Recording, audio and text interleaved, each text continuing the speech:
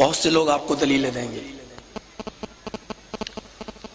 سعودی عرب کے اندر خانہ کعبہ میں 20 رکعت تراویح ہوتی ہیں، آپ 20 رکعت کیوں نہیں پڑھتے ہو؟ ان کو صرف گنتی تو معلوم ہے،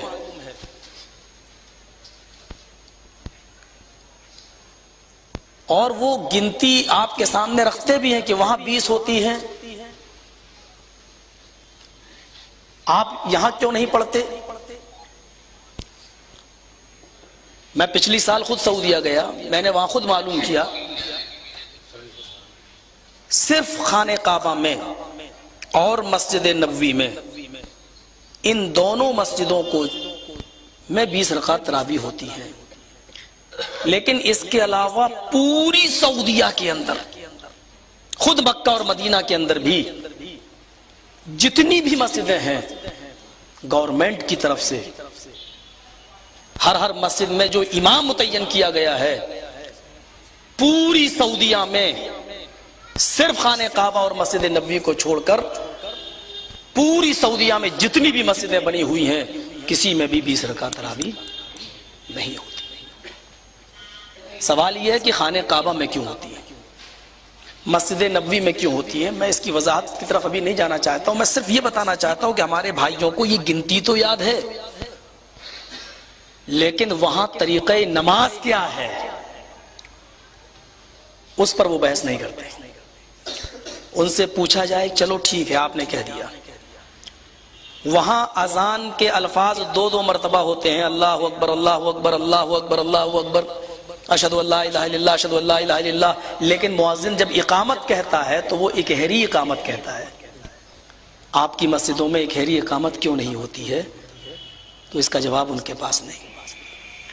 ان سے کہا جائے کہ آمین وہاں بلند آواز سے بولی جاتی ہے، زور سے بولی جاتی ہے، پھر آپ کی مسجدوں میں کیوں نہیں؟ تو وہ خاموش ہو جائیں گے. وہاں رفع الیدین ہوتا ہے تو آپ کیوں نہیں کرتے؟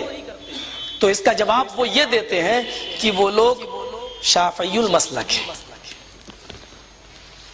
وہ اہل حدیث نہیں ہیں، شافعی مسلک ہیں، اور امام شافعی کے نزدیک رفع الیدین اور سینے پر نیت باندھنا تھا، اس لیے وہ کرتے ہیں، اس لیے نہیں کرتے کہ وہ اہل حدیث ہیں. میں پوچھنا چاہتا ہوں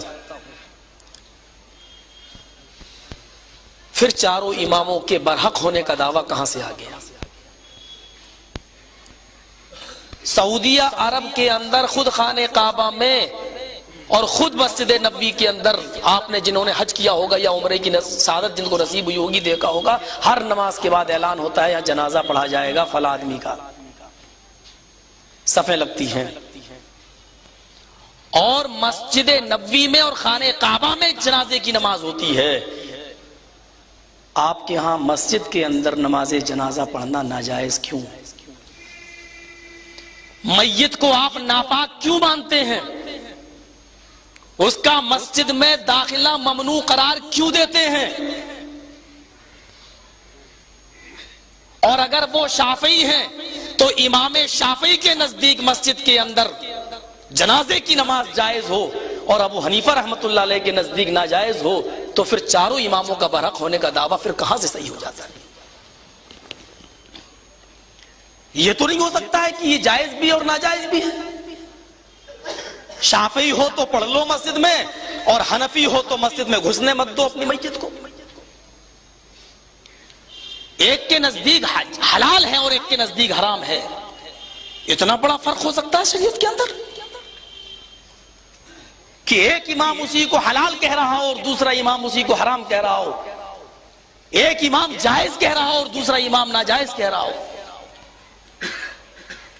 یہاں میں ایک حدیث پڑھنے کے لیے جا رہا ہوں آپ کے سامنے، ذرا اس حدیث کو سنیے اور سنت کا معنی سمجھنے کی کوشش کیجیے. وعن طلحة بن